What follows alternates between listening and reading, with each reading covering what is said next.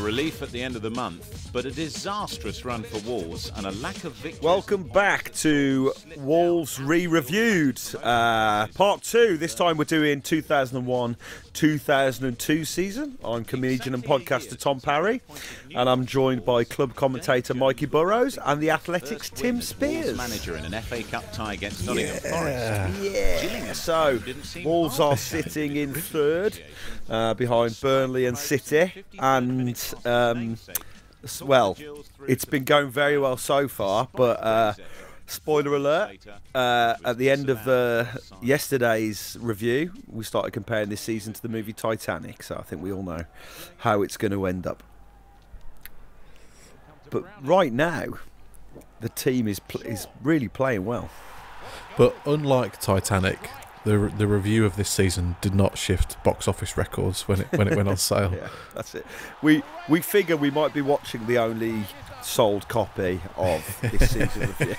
Because who as a Wolves fan is going out and buying this? You know, who wants to revisit the worst of times? It is interesting though. It's interesting to look back on just how good we were for most of the season. Yeah, and I mean you've got to, you know, I mean it's easy now to be philosophical about it because you got to, you know, you kind of look at the rich tapestry of the history of being a Wolves fan and be like, you know.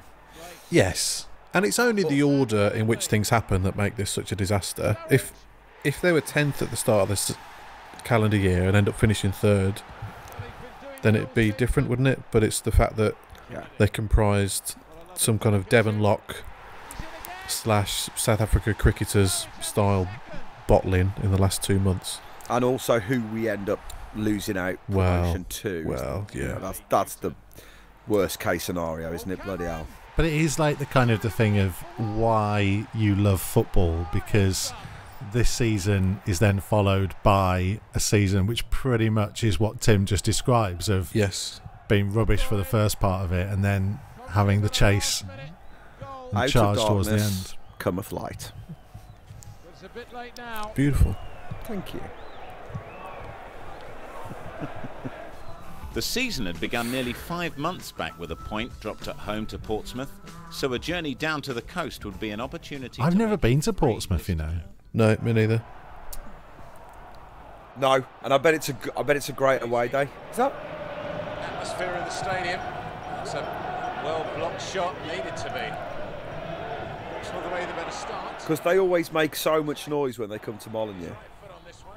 Great fans, Pompey. Oh. Let's come off Lescott. And a cruel deflection Nigel Quasi has given Portsmouth the lead.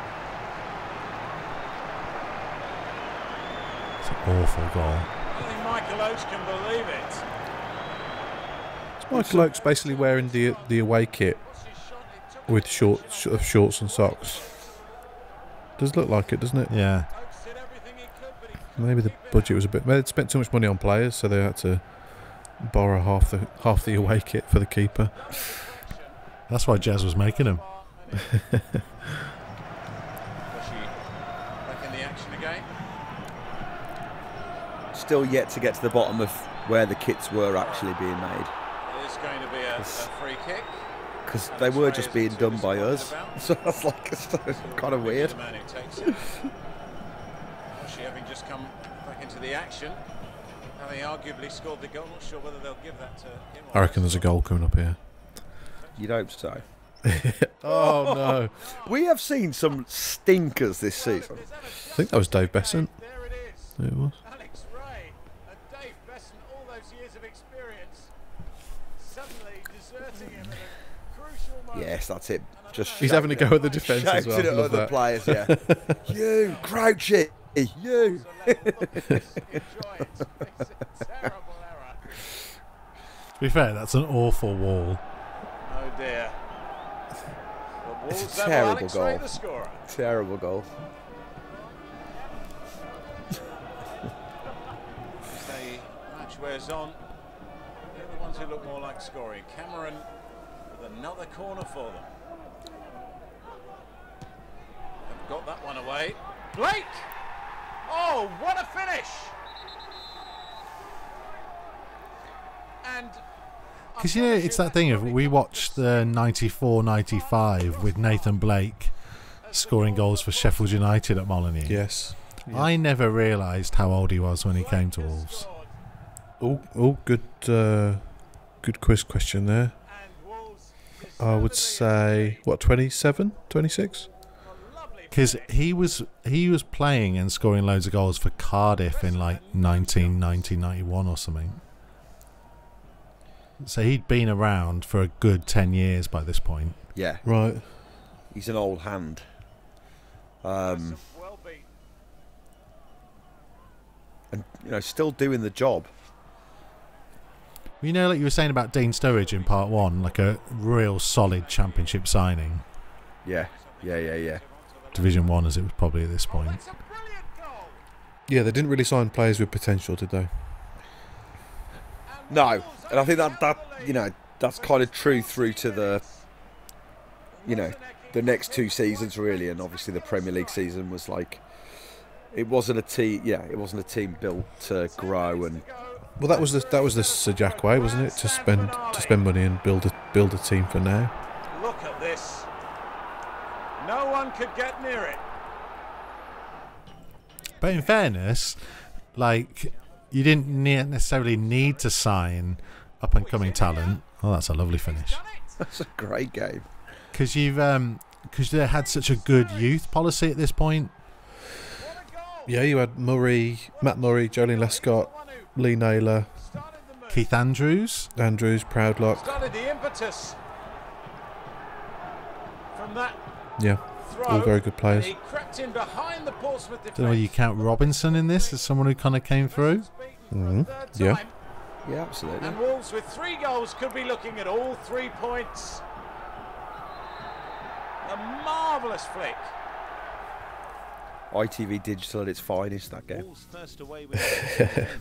In its absolute prime.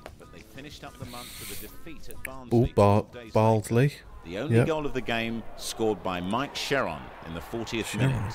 Sheron. January saw Wolves climb back into an automatic promotion Yes, place. here we go, lad. Man City have scored 70 goals. That's mental. They were a great Man City team, though. Yeah. They had Eyal Berkovic. Yeah, Sean Gota. But didn't they have Big Bob Taylor?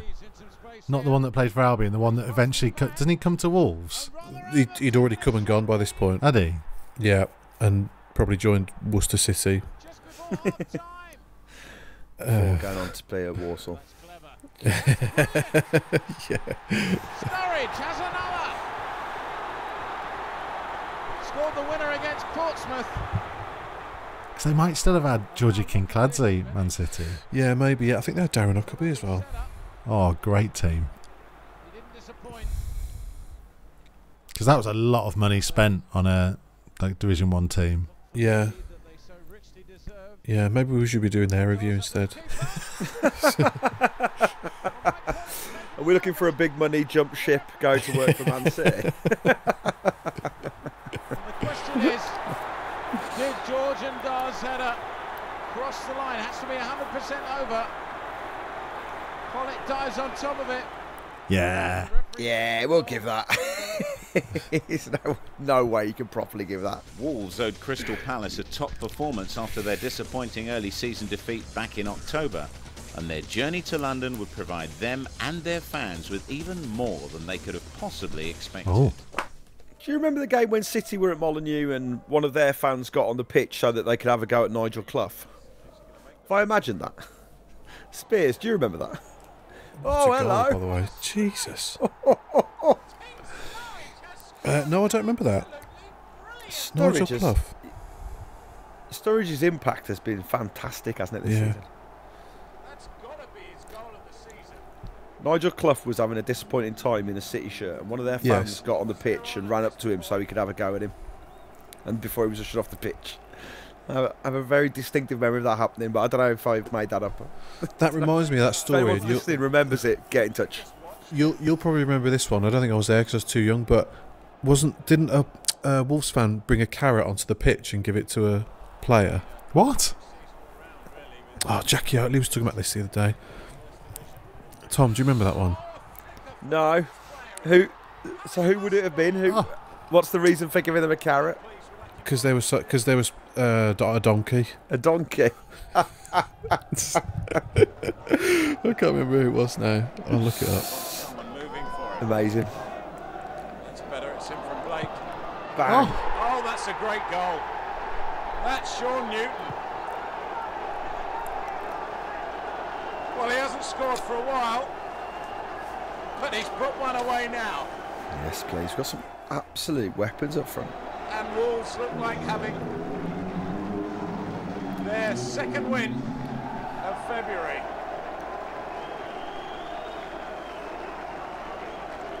Newton here. Oh, such a good goal. It's brilliant, isn't it? Oh, Oh. what a finish. Some good work from Blake. Smashing finish from Newton. Wolves have two. 2 straight wins was just the tonic for Dave Jones as he got his team back into gear for the visit of Bradford City and the chance of another league double. Again, putting Wolves under pressure. Ashley Ward. Lovely sleight of hand and a great finish. Bradford in there's a front of journeyman. half an hour. Here we go. I've got it on the message board here. I remember a solitary Wolves fan running onto the pitch at Molineux to give a carrot to one of the Albion players as he was a donkey. Graham Roberts. That's wonderful. Goodness me, they've taken their time. Sturridge with just quarter of I was an going hour to ask left. how he smuggled that into the ground, but I'm not sure I want to know the answer. No, I don't think we need to. Don't need it. Oh, what a goal! Really awkward pat down from the security staff. Hello, big boy. In you go. There's a great long ball. You're enjoying this back down a bit much, aren't you? Penalty. No arguments. Andy Todd. Sturridge. Oh, call as you like. You'd never see Tomo stutter his run up. No. That's all I'm saying. I'm a purist. Still ran to your corner, though, of the North Bank. Oh yeah, you've got to, you know.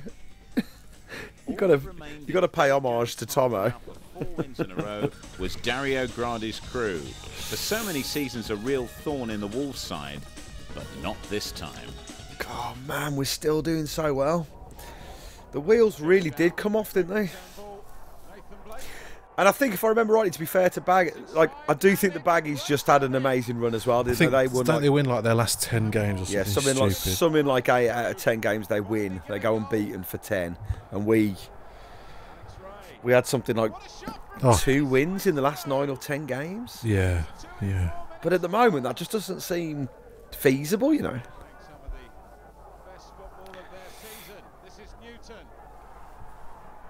Just look unstoppable.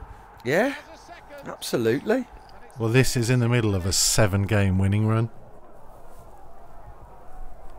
I think it was about this time that Sir Jack promised the players a holiday to the Bahamas if they win promotion. And I think they started planning it or something like that. But I spoke to John Ward, the assistant manager at the time, a few weeks ago, and he said he was just like, "What the hell? Like, why are you doing that now?" You know. And there was a general feeling that promotion was definitely going to happen. In the bag. Oh man. It's been coming, but it's only a consolation.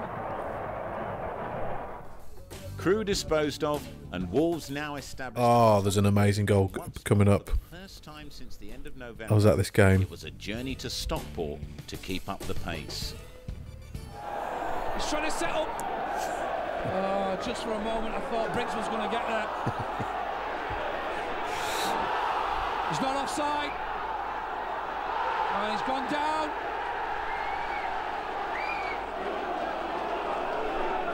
Is that not sending off? Well, penalty. He certainly didn't give the penalty straight away. I don't know. Oh, the stutter. Oh, keeper. Oh, dear. He's too busy twanging his crossbar.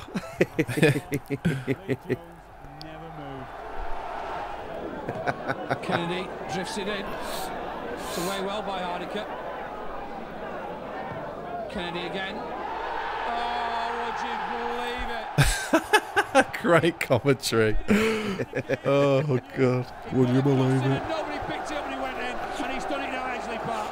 I think our whole season is summed up in that one goal. It's only February, amazing. and the post-mortem started at Ball on Stockport. from Palmer for Beckett to chase.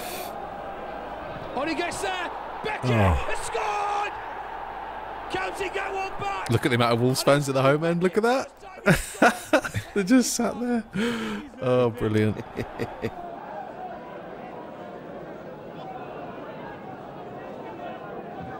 In comes the corner. Oh, and it's 3-1. And it was really easy. How high has Mark Kennedy got his shorts there? Oh, this is it. This is the goal coming up. This is the best goal I've ever seen live, I think. Comes out to Kennedy. Yes, please. The shape on that. Oh. That's why he was pulling his shorts up. Just free the thighs. Bang. Oh, my God. Look at all the Wolves fans dead behind the goal. Brilliant. Blake did so well to get out the way of that. That was going right at his head. And Wolves continued their superb month. Kennedy's got plenty to aim at. Well, there's a fracas. The ball's in the back of the net, but there's a problem here. I think Holdsworth has just pushed Lescott in the face. Well, we'll never know because the cameraman was just focusing on the ball. He's ball watching. I think this is going to be a red one.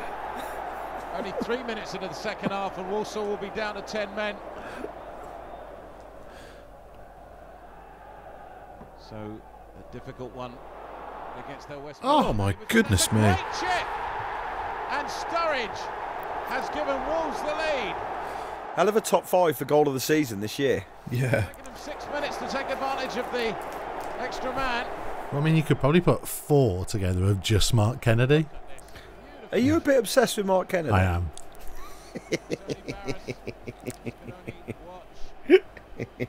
It's like it's.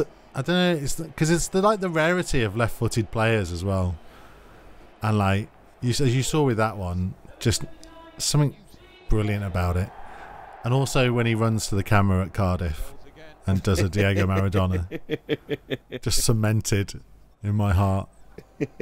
Darren Rack couldn't get that one going, and Lescott finds Blake, pulls away. Would you want to paint him like one of your French guys? And it's Sturridge again. And Sturridge points out the man who made it, Nathan Blake. What an unselfish cross. So, is Sturridge top scorer this season? He gets, I think he gets at least 20, and he only joins in October, November. Yeah, amazing. And who's player of the yeah, season? he is. My usual question. Player of the season is Alex Ray, I think. Oh, no, that's another mistake. Dean Sturridge finishes on 21 for the season. Blake makes it 2 in 2 minutes, and Wolves have 3. Have a guess who was the top scorer of the season before with 11? Oh, it was Proudlock, wasn't it? Yeah. The new bully. There it is. 11 in a season, that famous total. Oh my God, look at this lead. Oh my God. 73 points. Jesus. Okay. I mean, City have got 3 games in hand on us. Yeah, but the gap to third is... Oh my God. Oh, it's horrible to see. Albion have only scored 43 and 36. That's mental. Look at their defence, though. That is ridiculous. Oh God, oh, I remember this game. So this, I think this is our last win for a while.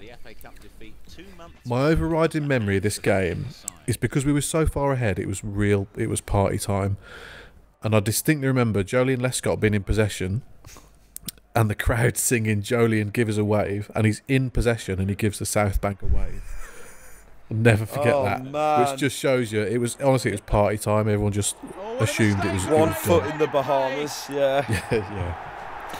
Bloody hell. What a terrible error from Vince Bartram, but great finishing from Ray.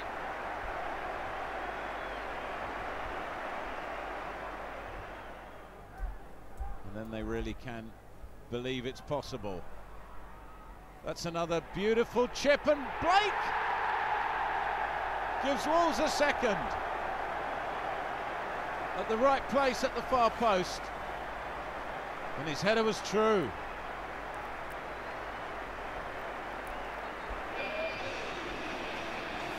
Well, look at this. What a lovely cross, a teasing cross from Alex Ray. A beautiful header from Nathan Blake.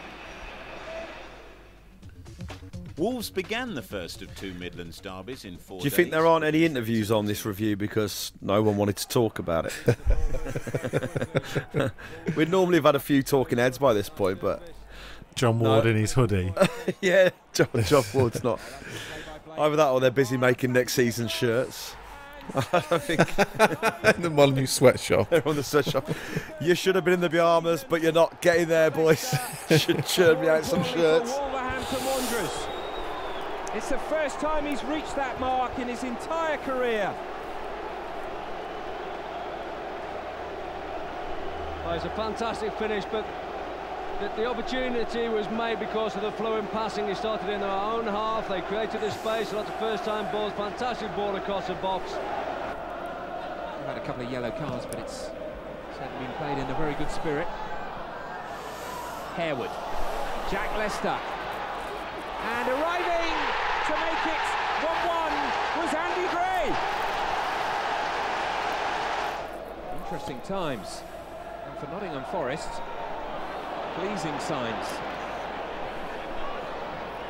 Blake hooks it in. Lescott's unmarked and scores!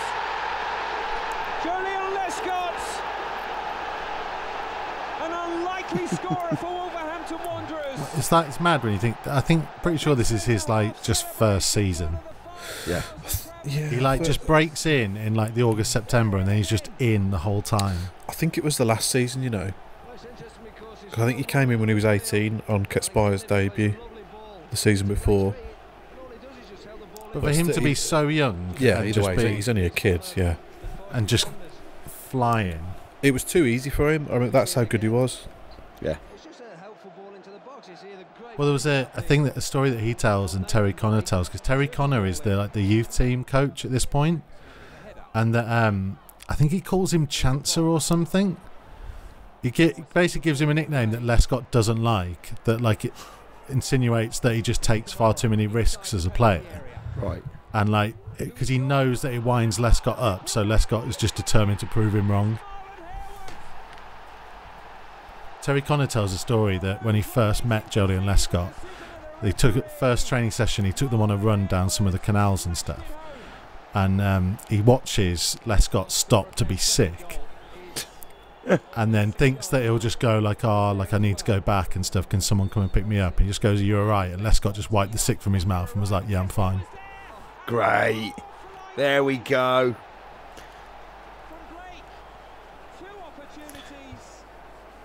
My mates tell a similar story about me on a night out.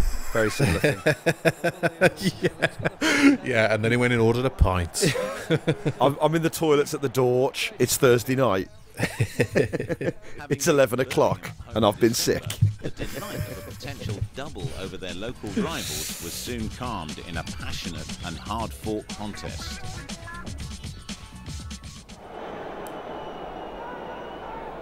Free kick within striking distance too. So mental. If at this stage we were to say Blues are going to end up going up and Wolves aren't, that's mental.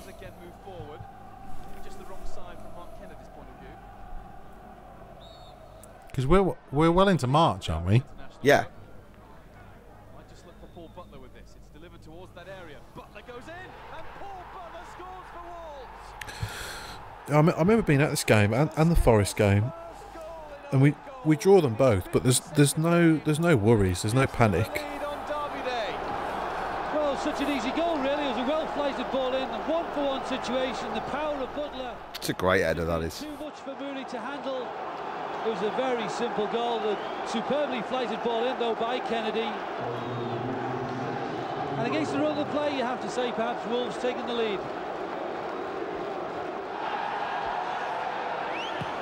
His broad Glaswegian accent might save him. What? Brilliant. There was an edit point that we needed to know what he was talking about there. Broad Glaswegian accent might save him. Anyway, here's the corner. Winning the day, but I think if Birmingham see the film, they may notice that the ball was outside the quadrant as if we ever do get football back again, I'm going to start doing that, just dropping in random bits. Yeah. And I told him to pull up his trousers and leave. Anyway, here's the corner. Last the time Bishop Steve said never on a Thursday. Yeah. Last time Steve said he had a bath at my house. So.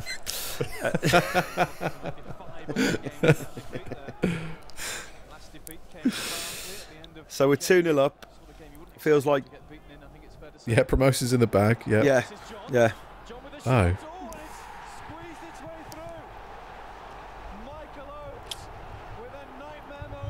Let's not lay the blame firmly at the feet of Michael Oakes, but this could be the turning point.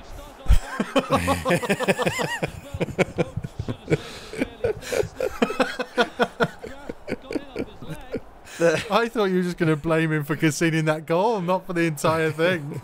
I'm just saying psychologically he keeps that out, you know.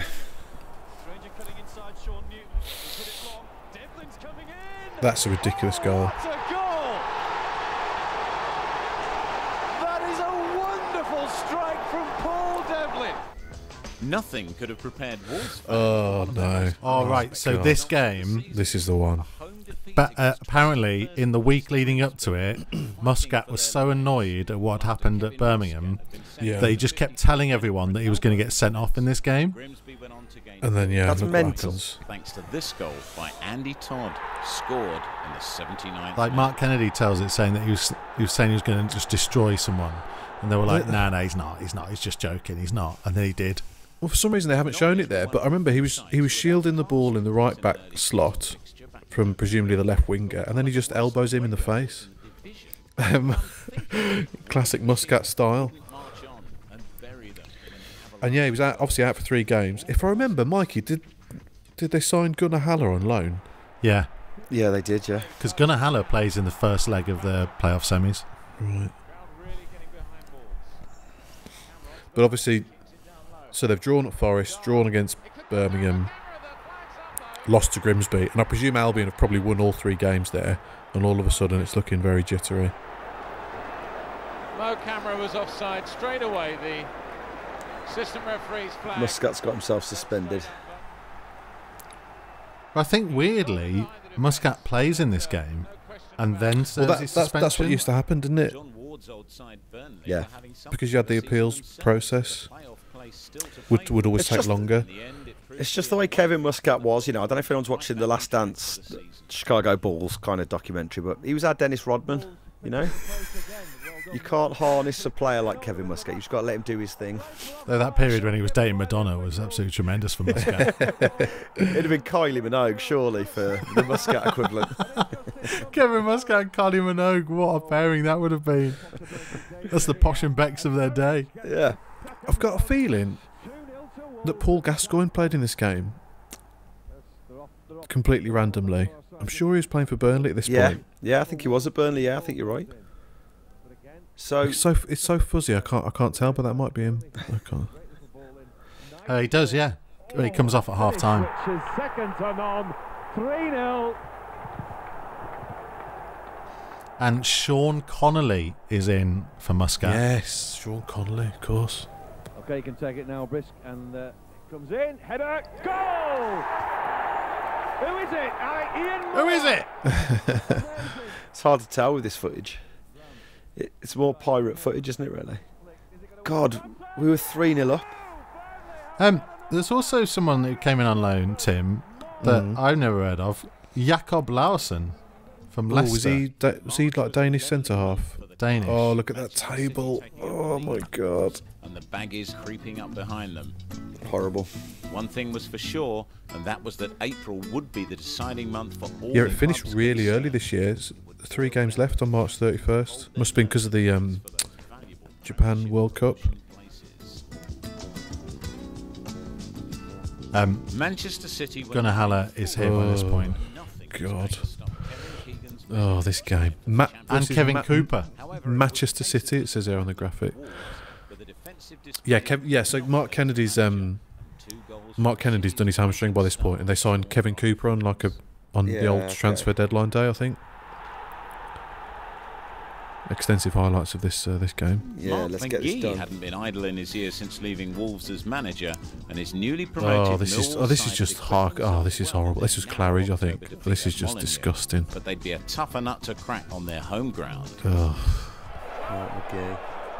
Mark McGee. I'm sure. Yeah, it's Claridge. Mark McGee's managing. God. Yeah, there's Claridge. I mean, it's. He's gone down. They look clumsy. We'll have to look if there was contact. Yes, there was. It is. The referee's given a penalty. Surely Steve Claridge can't pull your socks up. He looks eager to take it. This is like if you have a night out and you do loads of stuff you regret, like. Well, they don't deserve it, but they've got the lead. It was all great, yeah. Chatting up munters and and throwing up on yourself, and then you have to watch a video of it the next day. I imagine this is what it feels like. This is just horrible. And it's like, yeah, the night out was going great up until a point. I mean, we were having the best night of our lives. Yeah, he was dancing and he was surrounded by hot women. But then something happened around about 1 o'clock. Things turned. And it was vital that they found the wherewithal to convert the next. One of your mates ended up going home early. Yeah. You've woken up somewhere, you're not sure where you are, you've lost your coat. Oh, God, it's horrible. It's horrible. Camera's herring back, but he didn't stop that one going across. Connolly turns beautifully, and it's a superb goal, but the flag's gone up. It may have been handball. David Connolly. Fans urging Wolves to get this goal. Blake with a flick of the head. So this week, I think this weekend was when Albion won at Bradford. Do you remember they got a penalty in the last minute, or they drew or won at Bradford? That Igor Ballis, which they still talk about to this day, obviously. What, and that's what clinched promotion? That's what put them in the driver's seat ahead of the last weekend of the season. I think they had Portsmouth at home on the last day, and the penultimate weekend they went to Bradford. They either won or drew with a last-minute penalty to keep them ahead. Hillsborough was the venue for the final scheduled game of the and then we took about 8,000. It's got it as a home game there on the graphic, but it was an away game. Yeah.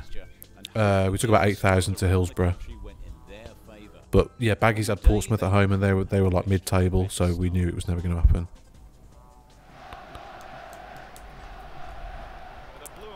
So basically, they'd won 7 on the trot, then drawn 2 with Forest and Blues, lost to Grimsby, drew in Norwich, won at Burnley, then lost to Man City, Millwall. And that's the run that cost them at the worst possible time. And Albion win, about 8 or 9 out of 10 in a row. 3-win last night. Blake away for Colin. But it's like they still only lose 3 of that running. Well, I think Hasler's made it very easy for Alex Ray. He didn't know whether to move upfield and play. So what did we need on this game to? I think we needed to win, and Albion had to draw at home to Portsmouth. But I think I seem to remember they took the lead in the first half, and everybody knew, and it killed this game a bit. And I think we ended up drawing. Yeah, if Wolves had won, they would have been on 88, a point behind, but ahead on goal difference. Delivered towards the back post and collected and bundled over the line. Sheffield wins. So basically, if Tom's right, if they'd have held on to beat Blues, if Michael Oakes hadn't spilt that one. I mean, says Tom Parry, comedian, podcaster, Wolves fan Tom Parry. All I'm saying is we've identified the lookout on the Titanic. That's all I'm saying. That's all I'm saying. But you speak to... I've asked a few of the players, I'm sure you have as well, Mikey, about what went wrong. Because you hear all sorts of rumours of dressing room bust-ups and... But they don't really have an easy or a clear answer as to what went wrong. It was just... Well, it's also that thing, is it? Because it feels like a freak year, because it doesn't... It's not like there's an awful lot that's gone wrong. Because I say they only lost 3 of those games. Yeah, but to be 10 or 11 points ahead. But that's the freakness of it, though, isn't it? Because, as you say, the team that were chasing just won constantly. Yeah. Yeah, I think the players think they didn't throw it away as much as we kind of level at them. Yeah. They only lose 4 games from the turn of the year. Yeah, that's it. Yeah, so we see it as the ultimate choke, but from their point of view, yeah, in normal circumstances, Albion wouldn't have caught them, but because Albion went on a ridiculous run.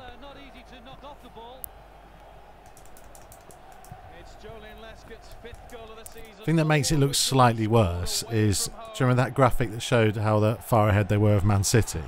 Yeah. Yeah, but they had games in hand, though, didn't they? Man City finished on 99 points. Well, that's it. I mean... Oh, that's a dive. And he's got a penalty for Sheffield Wednesday. Ludovic Polet, the guilty culprit, wants to get his second. Sibon still smouldering. It can be obstinate, the foreigners. Shefty Guke. Oh, saved by The commentators say they can be obstinate, the foreigners. I thought that's what he said. The foreigners can be obstinate. That's what he said. Only if they got a Glaswegian accent.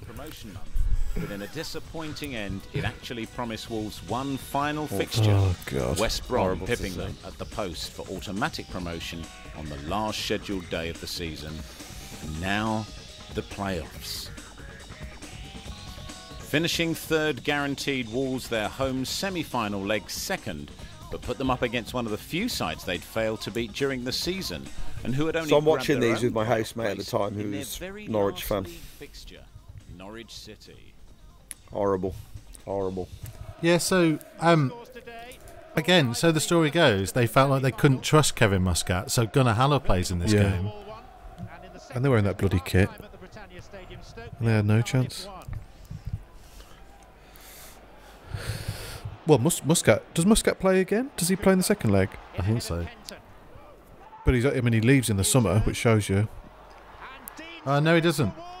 Gunnar Haller played. Well, there you go. So he never plays for Wolves again, which shows you the damage that That's it. he did. Yeah. And obviously, because we all thought it was stupid at the time, him getting sent off for an elbow for no reason. But when you add in that context that you said, Mikey, about him telling everyone he was going to get sent off, That's mental. just makes it unforgivable, Absolutely doesn't mental. it? Yeah. But if you're listening, Kevin, I think you're a great player, and if we ever meet, Yeah. I'd like to have a pint with you. I'm sure you're lovely. He was at a game this season. He's really nice, isn't he? I've had brief dealings with him before. He's actually supposed to be lovely. I loved watching him. I loved watching him take no prisoners on the pitch. And Yeah. I loved having like a hard man in a Wolves. I thought he was, it's just, like I said, he's Dennis Rodman. You can't harness the wind.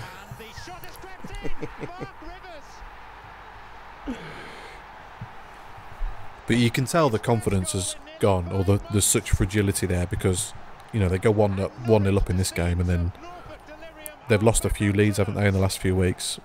Yeah. And I think is it 2 late goals here, or at least 1 late goal?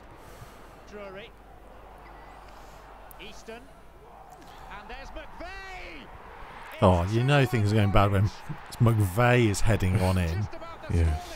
And I know it's a cliche, but it is. It's just the worst way to go for a playoffs, isn't it? Is coming on the way down. Yeah, historically that's proved to be the case, isn't it? Yeah. You've got to hit the playoffs with momentum, and it feels like if you've barged your way in there, then you're always going to stand a chance. Whereas if you've missed out and now you have to go through the playoffs, psychologically it's so different. It's the whole nothing to lose thing, isn't it? Yeah. And then don't Blues go up? Yeah, Blues beat Norwich in the that's final. just for the ultimate piss take, isn't it? There you go. That's the final nail in the coffin. And that was in the last minute. I remember that. Which just gives you too much to do, doesn't it, in the second leg, realistically? Well, they pretty much have to patch up Mark Kennedy and stick him on the bench. Yes, I remember. Yeah, absolutely. I do remember the atmosphere being incredible this night, especially after Cooper's goal, because it needed, a 2-0 win to go through on away goals? Sternest test of the season so far.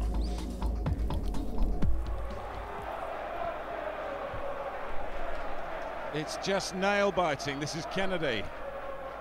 Camera turns it forward again, a little back flick. Cooper tries a left foot shot, got right underneath it. But again, Wolves' approach play superb. But just saw the roof of the stand.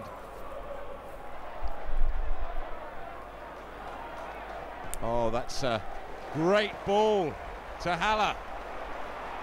Out wide on the right wing, if he can turn across it. Might try a shot. Oof. And the goal still won't come.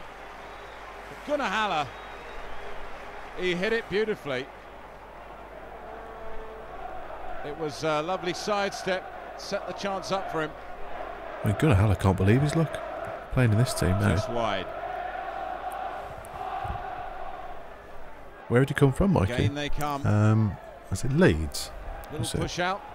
Cooper's going to hit this. Oh, it's beautifully struck. Absolutely. Bradford. And Wolves have that goal on 73 minutes. Cooper will never score a better goal than this one. Oh. So he had 15 minutes to score again. I remember even the family enclosure was singing at this point. It was so noisy. We were up singing Barmy Army and all sorts. Oh man, there you go. So there's an element of this that I don't know whether we're going to see in a minute, which is the flag. Oh yeah, the bed sheet. You don't hang on a minute. Don't take it out of context. You've let us down again. It was not a flag. It was a bed sheet. And I there's a part of me that is like he made that before the game. Yeah. So there's no while. Yeah, it takes a while to write a message on a bed sheet. You know, you sound like you speak from experience there. Is that how you've been communicating with neighbours during lockdown? Writing messages on bed sheets, putting out your window. Got any bog roll? But it's like he took that to that game. What if they'd won? Yeah. Did he have another one? He'd have just written "not" in very small letters, and then unfurled it. You've not let us down again. Maybe if you turn it inside out, it's got "well done, lads" or something like that. You've done it, lads. It's double-sided. Well done, lads. I always knew you could do it. Yeah, you got a double-sided bed sheets. Oh man, alive! That really, that's really horrible to see. Isn't it? It's really horrible. And I think the players have mentioned that before, haven't they, as well, about how they can't believe someone went to the lengths of doing that. But for a start, it was only one man, not representing the opinions of 28,000 people. But secondly, you have got to remember the context of the previous 13 years in the same division, spending millions and millions every summer and going for promotion and having a team good enough to do it and always falling short, and then finally you're 10 points clear with 8 games to go. It's the Albion who catches you. So frustrations and emotions were so high. So equally, I have sympathy with the man who did it. Was it you, Tim? Come on, you can admit it. It's been long enough. Oh dear. Well, I mean, you got to stay philosophical here and think. We know what happens next season, and it's all true. It's all part of the rich tapestry of. It is. It's character building, isn't it? Yeah, that's it. It's character building. Well, yeah, it's character building. No, but like Tom says, it's all part of being a Wolves fan. The dark days of the 80s when we nearly went out of business and went down to Division 4, that's as much a part of our personality as the glory days of the 50s. Yeah. It's what makes the club it is what it is. Or certainly makes the fan base what the fan base is. Yeah, absolutely. But you've still never got over this. No, I've never forgiven Kevin Muscat. Although I do really like him, and if he wants to meet up, it's fine. And I've never forgiven Michael Oakes.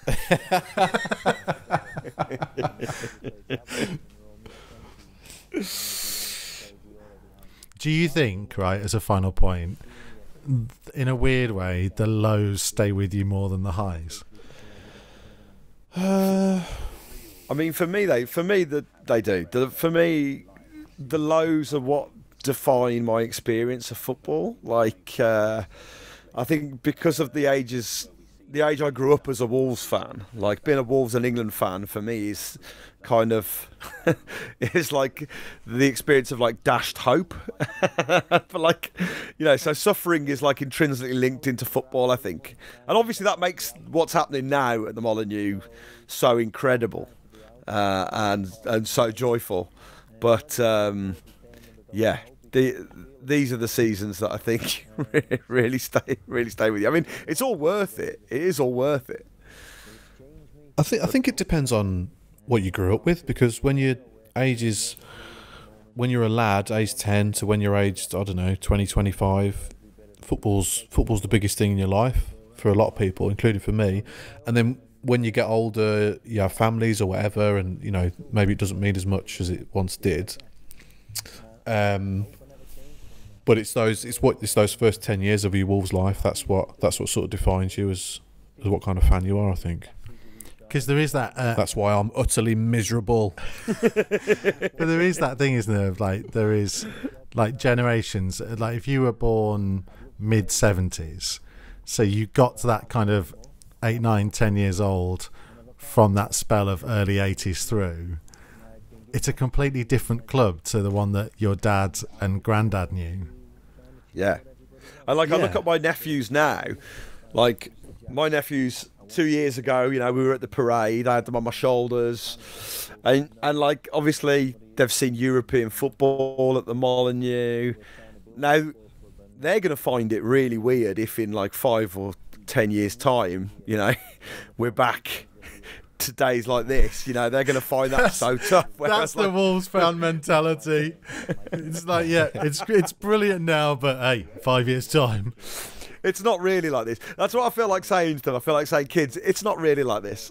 Yeah. It was only Wembley, like last season. We were on the way back from the semi-final, and like their hearts were broken. And I said to them, this is what football's really like, kids. Like, this is what it is. As long as you don't say you don't know how good you've got it. Yeah. Well, as Tom goes off to get his bed sheets ready to write on for 5 years' time. Thank you very much, boys. Cheers, boys. Cheers, guys.